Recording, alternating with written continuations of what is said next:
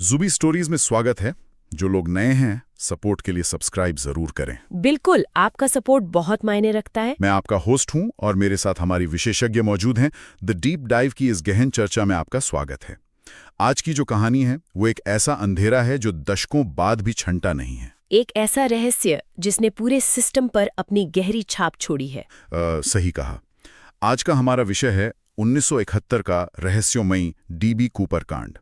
हमारा मिशन बस इस एक घटना, इस अकेले स्रोत सामग्री के भीतर छिपी उन दुस्साहसिक परतों को खोलना है जिसने इसे अमेरिकी इतिहास का सबसे बड़ा अनसुलझा रहस्य बना दिया। और हम यहाँ सिर्फ तथ्यों पर बात करेंगे, तथ्य जो बहुत कम है लेकिन उनका जो असर है वो बहुत भयानक है। ठीक है, आइए इसे थोड़ा गहराई से समझते हैं। मतलब जरा इस दृश्य की कल्पना कीजिए। 1971 की रात है, एक कमर्शियल हवाई जहाज आसमान में उड़ रहा है।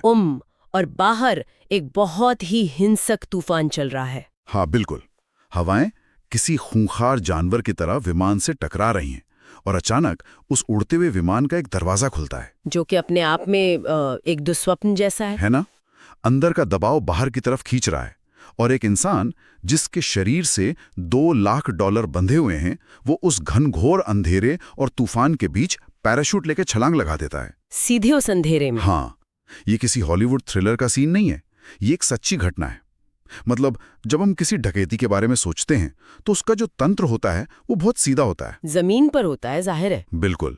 अपराधी इमारत में घुसा, पैसे लिए और गाड़ी लेकर भाग गया। लेकिन एक हवा में उड़ रहे कमर्शियल विमान को हाईजैक करना, वो भी उस दौर में। हाँ, ये अपने आप में एक विरोधाभास लगता है। अपहरणकर्ता उसी वाहन को बंधक बना रहा है जिसके अंदर वो खुद फंसा हुआ है। मतलब वो भागकर कहाँ जाएगा? बाहर तो सिर्फ हवा है और हजारों फीट की ऊंचाई है। ये ऐसा है जैसे आप हवा में उड़ते हुए किसी छोटे शहर को बंधक बना लें और एक बड़ी कीमत वसूल कर गायब हो जाने की योजना बनाएं। ये अजीब तरह का एक्सटॉर्शन है। यहाँ जो बात सबसे ज्यादा हैरान करने वाली है वो ये है कि ये एक्सटॉर्शन यानी जबरन वसूली का बहुत ही उन्नत रूप था। मतलब एक्सटॉर्शन का मूल सिद्धांत क्या होता है? नियंत्रण और दबाव। Leverage right. बिल्कुल।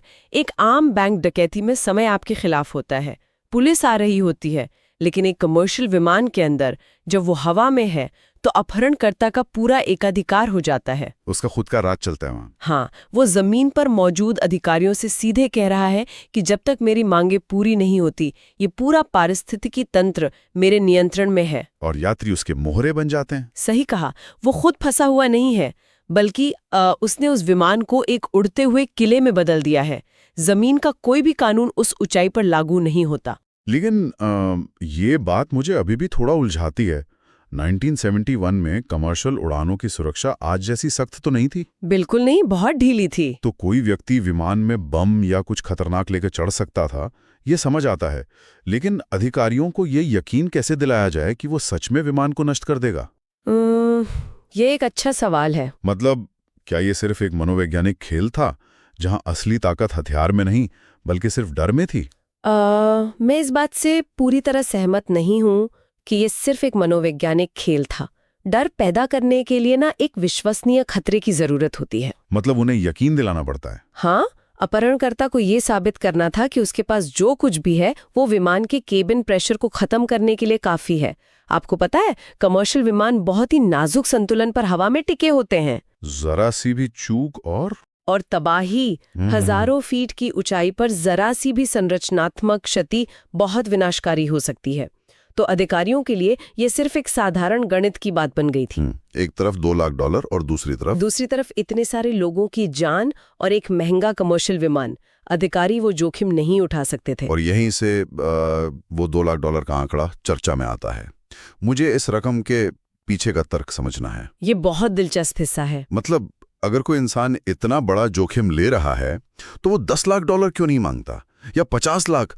$2 लाख बहुत सटीक आंकड़ा लगता है। क्या ये सिर्फ एक रैंडम नंबर था? रैंडम? बिल्कुल नहीं। अगर आप इस एक्सटॉर्शन के भौतिक विज्ञान को समझें तो ये रकम इस पूरी योजना का सबसे सोच समझकर लिया गया फैसला है। अच्छा। हाँ, 1971 के हिसाब से $2 लाख एक बहुत बड़ी रकम थी।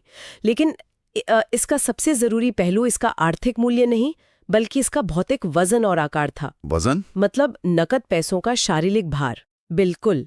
सोचिए, जब आप हवा में हैं और आपको पैराशूट से कूदना है तो पेलोड यानी भार एक बहुत बड़ी समस्या बन जाता है। सही बात है। मान लीजिए वो $10 लाख मांगता। $20 के नोटों में $10 लाख का वजन लगभग 100 पाउंड हो जाता। बाप रे, 100 पाउंड यानी करीब 45 किलो। हाँ, अब इतना भारी बैग लेकर कोई इंसान विमान के दरवाजे से कैसे कूद सकता है? पैराशूट इतना वजन संभाल ही नहीं पाएगा। गुरुत्वाकर्षण उसे सीधे जमीन पर पटक देगा। बिल्कुल। इसके विपरीत $2 लाख का वजन करीब 21 पाउंड होता है, यानी लगभग 9.5 किलो। ओह, तो इसे आसानी से शरीर से बांधा जा सकता है। हाँ, और जब वो फ्री फॉल में होगा तो ये वजन हवा के दबाव में बहुत बड़ी रुकावट नहीं बनेगा। ये सच में एक बहुत ही शानदार नजरिया है। मतलब मैंने इस बारे में कभी ऐसे सोचा ही नहीं था। तो ये सिर्फ लालच नहीं था। बिल्कुल नहीं, ये पूरी तरह से भौतिकी और साजो सामान का लॉजिस्टिक्स का खेल था। लेकिन एक और बात दिमाग में आती है, क्या ऐसा भी हो सकता है कि उसने $2 लाख इसलिए मांगे क्योंकि इतनी रकम बैंक कुछ ही घंटों में जुटा सकते थे? ये एक बहुत ही सटीक विश्लेषण है ना? क्योंकि अगर वो 10 लाख मांगता तो शायद इतना समय लग जाता कि विमान का ईंधन ही खत्म हो जाता। इसे तरलता यानी लिक्विडिटी की समस्या कहते हैं। अगर आप ऐसी मांग करें जिसे रातों रात पूरा करना असंभव हो तो आपकी पूरी योजना फेल हो जाएगी। क्योंकि विमान को तो ईंधन चाहिए। हाँ, उसे जमीन पर उतरना पड़ता, और एक बार विमान जमीन पर लंबे समय तक रुक गया तो अपहरणकर्ता अपनी सामरिक बढ़त खो देता, पुलिस हावी हो जाती। तो $2 लाख लालच और व्यावहारिकता का एक परफेक्ट चौराहा था। एकदम परफेक्ट। और ये योजना काम भी कर गई। मतलब उसे पैसे मिल गए। एक कमर्शियल विमान को बंधक बनाना और अपनी शर्तें मनवाना, यहां तक तो वो पूरी तरह सफल रहा। लेकिन असली चुनौती तो अब शुरू होने वाली थी। बिल्कुल। और यहां ये विषय सच में बेहद दिलचस्प हो जाता है, क्योंकि कोई भी इंसान पैसे लेकर विमान के अंदर बैठा तो नहीं रह सकता ना। उसे बाहर निकलना ही होगा। हाँ, और उस इंसान ने बाहर निकलने के लिए जो तरीका चुना वो तो गुरुत्वाकर्षण और मानवीय सहन शक्ति के हर नियम को चुनौती देता है। वो पैराशूट लेकर सीधे एक तूफान में कूद गया। ये छलांग इस कहानी का वो हिस्सा है जो सबसे ज्यादा विश्लेषण की मांग करता है। मतलब एक उड़ते हुए कमर्शियल विमान का दरवाजा खोलना कोई मजाक नहीं है। वही तो, जब विमान उड़ रहा हो तो अंदर का दबाव बाहर से बहुत ज्यादा होता है। हाँ, तो दरवाजा खुलेगा कैसे? क्या हवा के दबाव ने उसे बाहर नहीं फेंक दिया होगा? यही तो तकनीकी पेचीदगी है। उसे विमान को एक निश्चित ऊंचाई से नीचे लाना पड़ा होगा और उसकी गति कम करवानी पड़ी होगी ताकि वो दरवाजा खोल सके। लेकिन दरवाजा खुलने के बाद जो होता है वो और भी खौफनाक है। जब आप सैकड़ों मील प्रति घंटे की रफ्तार से उड़ते विमान से बाहर कूदते हैं तो हवा की एक दीवार आपसे टकराती है। बाप रे। इसे विंड शीयर कहते हैं। ये किसी ठोस ईंट की दीवार से टकराने जैसा होता है। और इसके ऊपर से वो महज एक शांत रात नहीं थी। हमारे स्रोत बताते हैं कि बाहर एक भयानक तूफान था। बहुत ही हिंसक तूफान। ये हिस्सा मुझे सच में सबसे ज्यादा उलझाता है। मतलब कोई इतना कैलकुलेटेड इंसान जिसने रकम का वजन तक सोच समझ कर तय किया हो, वो अपनी जान को एक तूफान के भरोसे कैसे छोड़ सकता है? देखने में तो ये पागलपन लगता है ना? तूफान में हवाएं किसी भी दिशा में चल सकती हैं, बारिश हो रही होगी और दृश्यता तो शून्य रही होगी। क्या ये एक आत्मघाती कदम नहीं था? अगर हम इसे व्यापक संदर्भ में देखें तो पहली नजर में ये एक बड़ी बेवकूफ़ी लग सकती है। लेकिन अगर आप एक सामरिक दृष्टिकोण से सोचें तो तूफान एक ढाल का काम कर सकता है। ढाल? तूफान कैसे ढाल बन सकता है? देखिए, 1971 में आज की तरह आधुनिक रडार सिस्टम या हीट सीकिंग तकनीक नहीं थी। जब वो व्यक्ति तूफान में कूदा तो वो सिर्फ हवा में नहीं कूद रहा था, वो एक प्राकृतिक रडार जैमर के अंदर कूद रहा था। ओह, आप कह रही हैं कि तूफान ने उसे छुपा लिया? बिल्कुल। कोई भी पुलिस का हेलीकॉप्टर या फाइटर जेट उस घनघोर तूफान में एक इंसान को पैराशूट के साथ ट्रैक ही नहीं कर सकता था। मतलब कोई गवाह नहीं? शून्य दृश्यता का मतलब है कोई गवाह नहीं। ये एक पूरी तरह से ब्लाइंड जंप थी। उसे खुद नहीं पता था कि वो कहाँ उतरेगा, पहाड़ों पर, जंगल में या किसी नदी में। ये तो मौत से खेलने वाली बात हो गई। ये एक गणितीय जोखिम था। एक तरफ जमीन पर पकड़े जाने का 100% जोखिम था और दूसरी तरफ तूफान में मारे जाने का 50-50% जोखिम। और उसने तूफान को चुना? हाँ, उसने प्रकृति को चुना। लेकिन जरा उस छलांग की भौतिक सच्चाई के बारे में सोचिए। तूफान के अंदर आप ड्राफ्ट होते हैं, डाउन ड्राफ्ट होते हैं, हवाओं का बवंडर होता है। हाँ, हवा कभी आपको तेजी से ऊपर खींच सकती है, कभी जमीन की तरफ पटक सकती है। जब उस गति में पैराशूट खुलता है तो जो झटका लगता है, ओपनिंग शॉक। हाँ, ओपनिंग शॉक, वो इंसान की हड्डियां तक तोड़ सकता है। और मत भूलिए 9.5 किलो का नकद वजन भी उसके शरीर से बंधा था। ये एक बहुत ही क्रूर भौतिक वातावरण रहा होगा। मतलब सोचकर ही सेहरन होती है कि उस अंधेरे में हवा के थपेड़ों के बीच उसकी क्या हालत रही होगी। पैराशूट की छतरी तेज हवाओं में उलझ सकती थी या फिर भारी बारिश के पानी से फट सकती थी।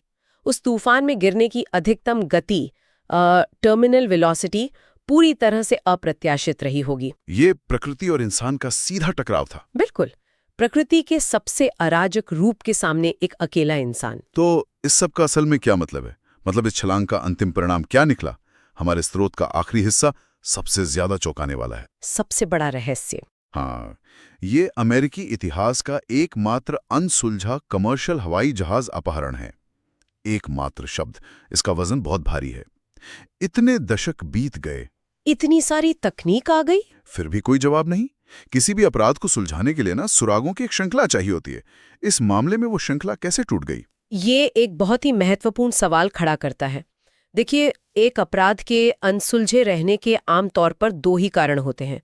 या तो अपराधी ने कोई सबूत छोड़ा ही नहीं, जो कि बहुत मुश्किल है। हाँ, या फिर पर्यावरण ने सारे सबूत नष्ट कर दिए।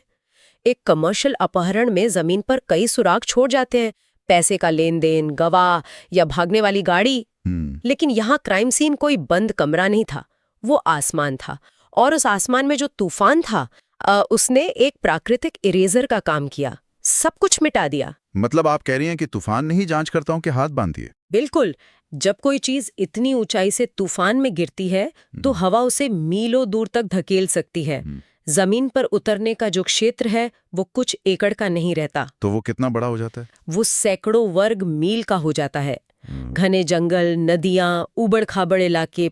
अगर कोई सबूत गिरता भी है तो प्रकृति उसे कुछ ही दिनों में मिट्टी और बर्फ के नीचे दफन कर देती है। बाप रे। जांचकर्ताओं के लिए ये किसी घास के ढेर में सुई ढूंढने जैसा नहीं था।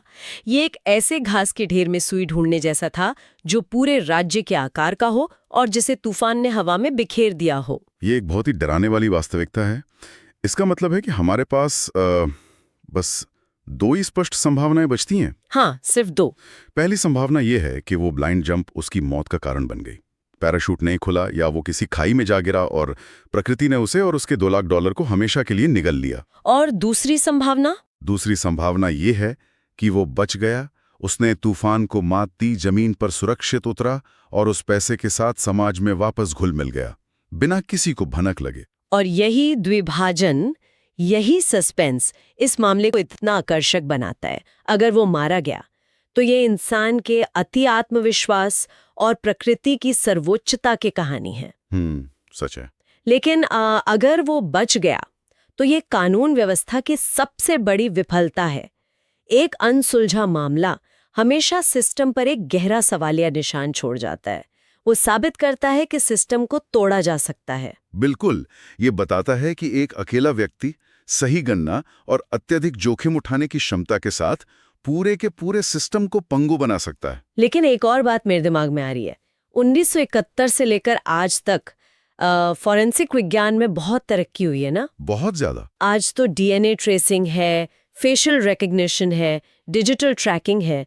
फिर भी ये आज तक एकमात्र अनसुलझा अपहरण क्यों बना हुआ है? विज्ञान ने कुछ क्यों नहीं किया? देखिए, विज्ञान केवल वहीं काम कर सकता है जहां विश्लेषण के लिए कुछ मौजूद हो। आधुनिक तकनीक बहुत शक्तिशाली है, लेकिन उसे एक आधार चाहिए होता है। अगर क्राइम सीन से कोई ऐसा जैविक सबूत मिला ही नहीं जिसे आज के डेटाबेस से मिलाया जा सके, या अगर वो इंसान कभी किसी दूसरे जुर्म में पकड़ा ही नहीं गया, तो तकनीक कुछ नहीं कर सकती। एक अनसुलझे रहस्य की सबसे बड़ी ताकत उसकी शून्यता होती है। आप उस चीज की जांच कैसे करेंगे जो वहां है ही नहीं? ये बिल्कुल ऐसा है जैसे आप किसी परछाई को पकड़ने की कोशिश कर रहे हो। एकदम सही उपमा है। चलिए, अब तक हमने जो भी चर्चा की है उसे एक साथ रखकर देखते हैं। एक कमर्शियल हवाई जहाज को हाईजैक किया जाता है। वो $2 लाख की मांग करता है, जो वजन में हल्के हैं, ताकि छलांग लगाई जा सके। हाँ, फिर वो एक उड़ते विमान से हवा की दीवार को चीरते हुए एक प्राकृतिक रडार जैमर यानी तूफान के अंदर कूद जाता है और अंततः प्रकृति सारे सबूतों को ऐसे मिटाती है कि ये घटना इतिहास का एकमात्र अनसुलझा रहस्य बन जाती है। इस पूरे घटनाक्रम में एक बहुत ही स्पष्ट कार्य कारण संबंध दिखाई देता है। हर एक कदम, रकम का वजन, छलांग का समय, तूफान का उपयोग, सब एक दूसरे से जुड़े हुए हैं। ये कोई तुक्का नहीं था। बिल्कुल नहीं। ये भौतिकी, मनोविज्ञान और अवसर का एक बहुत ही सटीक और खौफनाक संयोजन था। ये चर्चा हमें एक ऐसे बिंदु पर लाकर खड़ी करती है जो इंसानियत की सीमाओं के बारे में सोचने पर मजबूर कर देता है। हम अपनी आधुनिक प्रणालियों पे बहुत गर्व करते हैं। हमें लगता है कि हर सवाल का एक जवाब है। हाँ, कि हर अपराध का एक निष्कर्ष होता है। लेकिन 1971 का ये अंधेरा हमें याद दिलाता है कि प्रकृति और मानवीय दुस्साहस का जो मेल है वो किसी भी सिस्टम को हरा सकता है। ये मामला एक अपवाद है जो साबित करता है कि कोई भी सिस्टम अभेद्य नहीं है। जब कोई इंसान अपनी जान की परवाह किए बिना उस रेखा को पार कर ले जहां तर्क खत्म हो जाता है, तो उसे पकड़ना नामुमकिन हो जाता है। हाँ, वो एक ऐसा क्षेत्र बना लेता है जिसे मापना असंभव हो जाता है। अब इस चर्चा को खत्म करते हुए एक बहुत ही गहरे विरोधाभास पर विचार करना जरूरी है। हम जानते हैं कि इस कृत्य का मूल उद्देश्य वो $2 लाख पाना था, एक आर्थिक अपराध। लेकिन जब वो इंसान उस तूफान में गायब हो गया और कभी पकड़ा नहीं गया, तो अपराध की प्रकृति ही बदल गई। सवाल यह है कि उसकी वास्तविक सफलता क्या थी?